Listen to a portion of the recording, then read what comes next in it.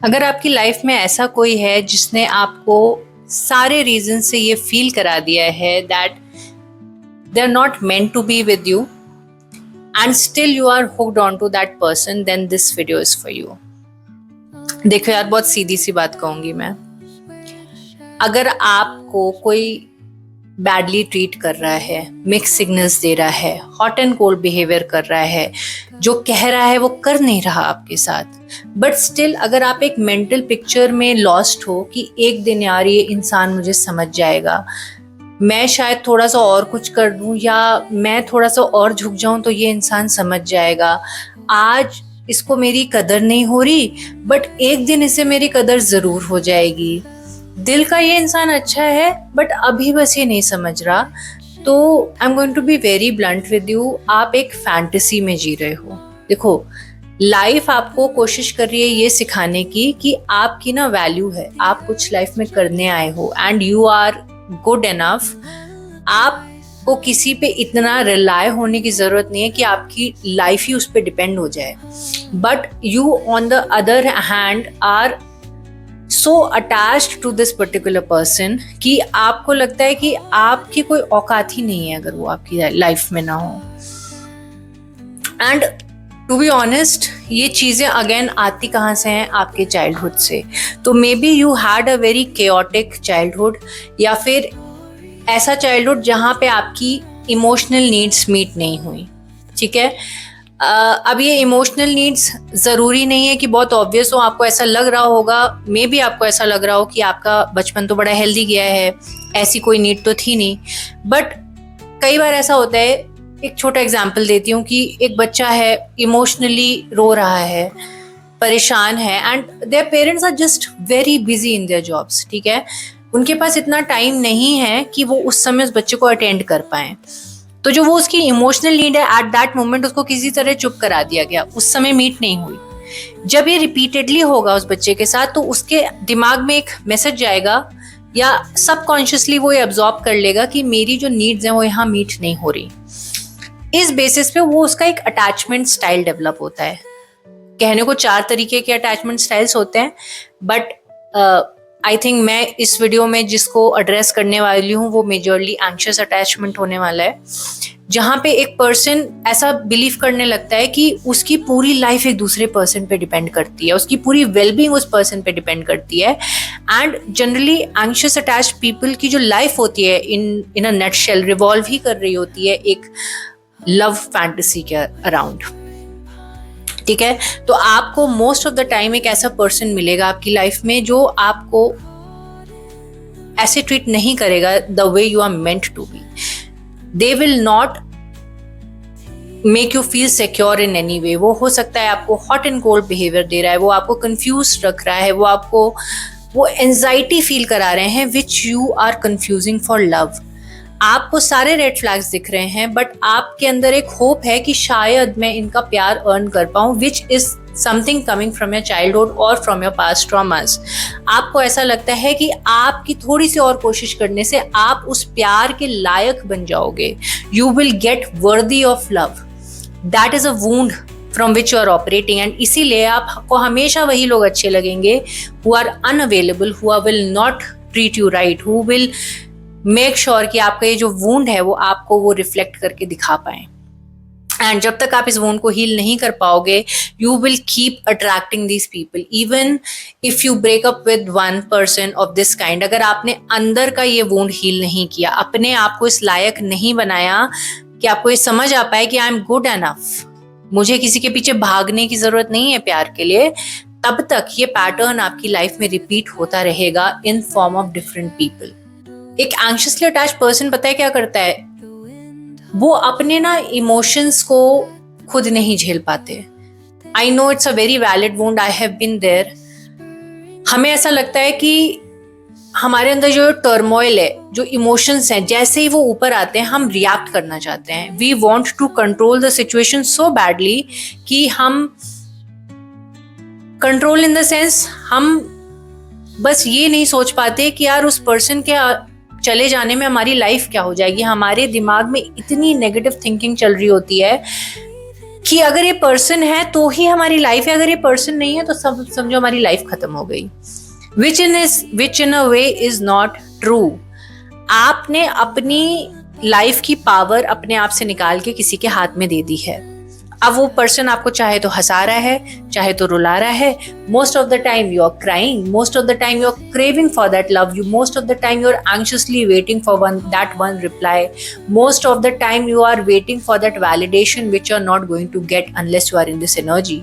and आपको लगता है कि यार ये तो बहुत डीप कनेक्शन है हमारा कोई बॉन्ड है बहुत ही जन्मों जन्मों का। No, but it is a trauma bond. ये एक पुश एंड पुल एनर्जी है जो आपको ट्रैप करके रखी हुई है।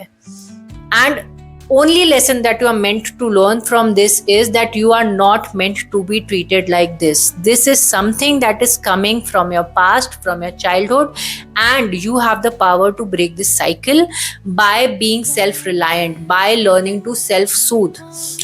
जब भी अंदर से वो इमोशनल टर्मोइल आए, एकदम से एक जो वेव आती है ना इमोशंस की, कि यार मेरी तो लाइफ खत्म, इस पर्सन के बिना तो मुझे समझ ही नहीं आता मेरी लाइफ का क्या होगा। Sit down with yourself, don't react, don't send that message, don't make that call. Instead, ask yourself कि क्या वाकई ये सच है? क्या वाकई इस पर्सन के चले जाने से, क्या इसके आने से पहले I was not living या इसके जाने के बाद I will not be living? And to be very honest, बहुत एक प्रैक्टिकल चीज बताती हूँ। एक पेपर लो, उसमें एक प्रोज और कॉन्स की लिस्ट बनाओ। What will your life look like in a short term when you are with this person? What will your life look like in a short term when you are not with this person? ठीक है? And एक और, what will your life look like in the long run when you are with this person, and what will your life look like in the long run when you are not with this person? जैसे आप ये list बनाओगे और उसमें आप चीजें दिखोगे ना, I am pretty sure कि आपकी कॉन्स की लिस्ट बहुत बड़ी होने वाली है प्रोज की लिस्ट से, specially in the long term. क्योंकि the way that person has been treating you, you do not want to be treated like that in the long term. आप बस एक फैंटेसी में जी रहे हो कि एक दिन उस पर्सन को अकल आ जाएगी, वो उठ जाएगा, वो जग जाएगा और वो मुझे अच्छे से ट्रीट करने लगेगा। बट माई डियर, ऐसे नहीं होने वाला है। ये आपका वुंड है जो आपसे बात कर रहा है। आप बचपन से, आप या पास्ट से एक फैंटेसी में जी रहे हो जिसको अब खत्म करने का टाइम आ गया है। और फैंटेसी और रियल वर्ल्ड में जब बहुत ज्यादा डिफरेंस हो ना, कोई भी रिलेशन ना दिख रहा हो, तब समझ जाना चाहिए कि वो एक फैंटेसी है और मैं उसकी तरफ मूव नहीं कर पा रही हूँ। अगर आप इस चीज को वाकई हील करना चाहते हो तो first of all stop tolerating BS in your life and start taking a stand.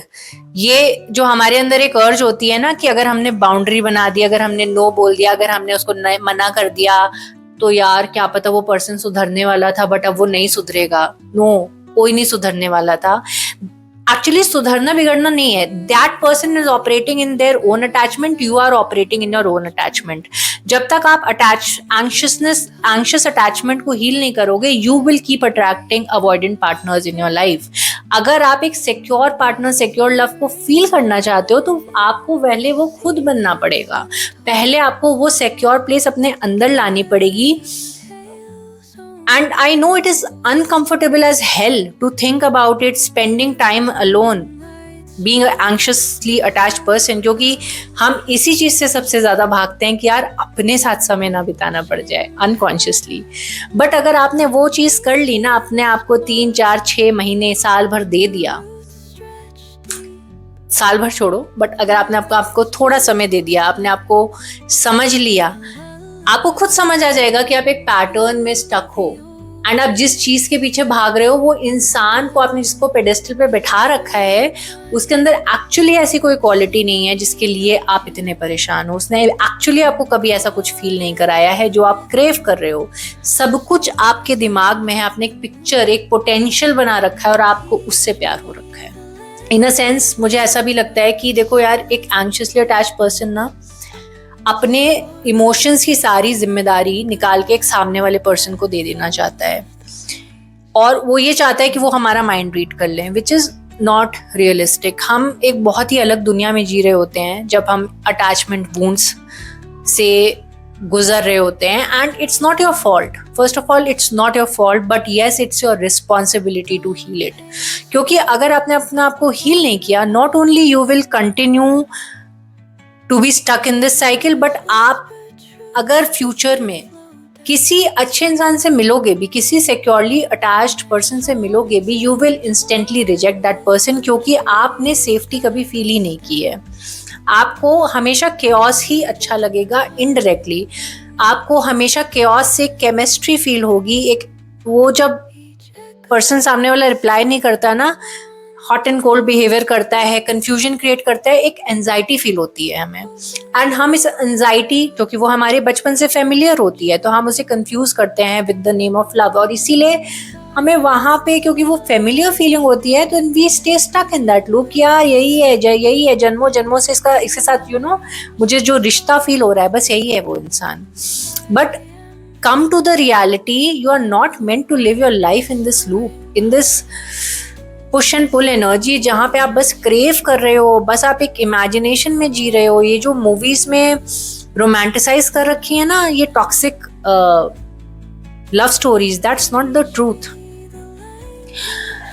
And best part to heal is अपने दिमाग से अभी ये निकालो कि मुझे कैसा पार्टनर चाहिए. आप अपने दिमाग में ये डालो कि मुझे अपने आप में कैसे इतना स्ट्रांग, इतना सेल्फ रेजिलिएंट बनना है, मैं कैसे अपने आप में इतना खुश हो जाऊं, अपनी लाइफ को इतना वैल्यूएबल बना लूं कि मुझे ना वो वैलिडेशन चाहिए ही ना हो बाहर से.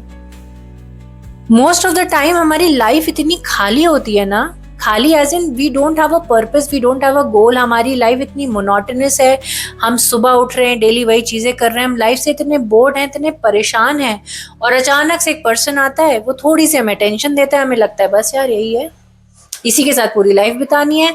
अब ये दुख दे, खुशी दे, ये टॉक्सिसिटी की बिल्डिंग खड़ी कर दे. बट नहीं यार, इंसान तो अच्छा है. And I am not saying कि वो इंसान खराब है या अच्छा है या नहीं. I don't want to comment on that. I just want to say कि अगर बिल्डिंग, घर बसाने से पहले बिल्डिंग के फाउंडेशन तो स्ट्रांग कर लो ना. हमारी नींव ही कमजोर है और हम चलते हैं घर बसाने, और जब उस पर थोड़ा प्रेशर पड़ता है तो वो नींव गिर जाती है. It's better to build yourself first and then go into a relationship. And हम ऐसे एज और एरा में रह रहे हैं जहां ऑलमोस्ट हर इंसान परेशान है. They are not showing it away in the internet, they are pretending to be fine by posting so many pictures and all, but actually हर कोई परेशान है. But I would say the brave person is that who can ask for help in these tough times. अगर आप ये identify कर पा रहे हो ना कि यार हाँ, हो सकता है मेरे अंदर कोई प्रॉब्लम है and I might need help, then I would say you are very brave and you are outlier among in this society. क्योंकि आज के टाइम पे हेल्प मांग पाना is again a compromise with your ego. हम सब बहुत परफेक्ट दिखना चाहते हैं ऑल द टाइम. हम ये दिखाना चाहते हैं कि हमारी लाइफ में कोई प्रॉब्लम ही नहीं है, but in reality most of us are struggling. Most 99% of us are struggling, क्योंकि हम उन कोर वुंड्स, कोर इश्यूज को एड्रेस ही नहीं कर रहे हैं. हम उनको दबाते चले जा रहे हैं एंड हम ऐसे प्रिटेंड करते आ रहे हैं कि सारी प्रॉब्लम बाहर है, हमारे अंदर कुछ भी चेंज होने की जरूरत नहीं है. आई एग्री, प्रॉब्लम बाहर भी है बट प्रॉब्लम अंदर भी है. एंड द थिंग इज, जिस दिन हमने इस अंदर की प्रॉब्लम को समझ लिया, जिसमें हमारी गलती नहीं थी एज अ चाइल्ड, बट हमने उसकी रिस्पॉन्सिबिलिटी ले ली कि हमें इसे हील करना है, उस दिन से बाहर की दुनिया अपने आप अच्छी होने लगेगी. Instead of focusing and trying to control things on the outside, let's try to focus and control the things that are on the inside. बहुत सी बुक्स, बहुत से वीडियोस मिल जाएंगे आपको online on how to heal attachment wounds और how to get secure within ourselves. I would say go and give it a try and I'll see you in my next one.